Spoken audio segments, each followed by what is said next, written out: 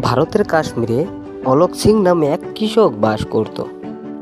অলোক সিং এর খুব শখ তার সমস্ত জমিতে আম চাষ করবে। তাই অলোক সিং তার সমস্ত জমিতে ভালো ভালো জাতের আমের চারা লাগায়। অলোক সিং তার বাগানে আম ওঠাতে গিয়ে লক্ষ্য করে তার একটি গাছে ব্যতিক্রমধর্মী এক আম ধরেছে। অলোক সিং দূর থেকে কাছাকাছি গিয়ে দেখে, ও মাই কি, এ তো আম না, গাছে ডিম ধরেছে। সাদা আর লাল রঙের সুন্দর সুন্দর ডিম।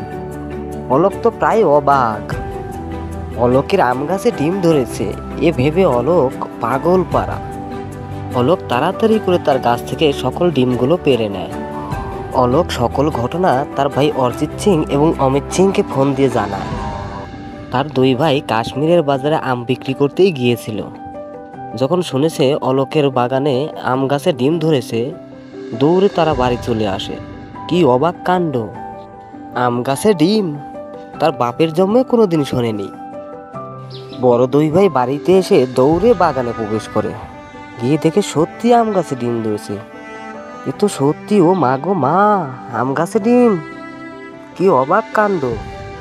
বড় দুই ভাই অলোককে বলে, অলোক, আমাদের যা বলেছিস, খবরদার এই কথা আর কাউকে বলবি না।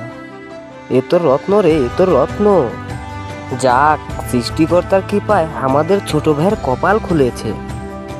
অলোক, রোজ তুই এসে এই গাছে ভক্তি করবি, অবশ্যই তোর কপালে ভালো কিছু আছে। এই বলে তিন ভাই সমস্ত ডিম পেড়ে নিয়ে বাড়ি চলে গেল। দয়া করে আমার চ্যানেলটি সাবস্ক্রাইব করে বেল আইকনটি বাজিয়ে দিবেন। পরবর্তী ভিডিও নিয়ে আবার দেখা হবে। বাই।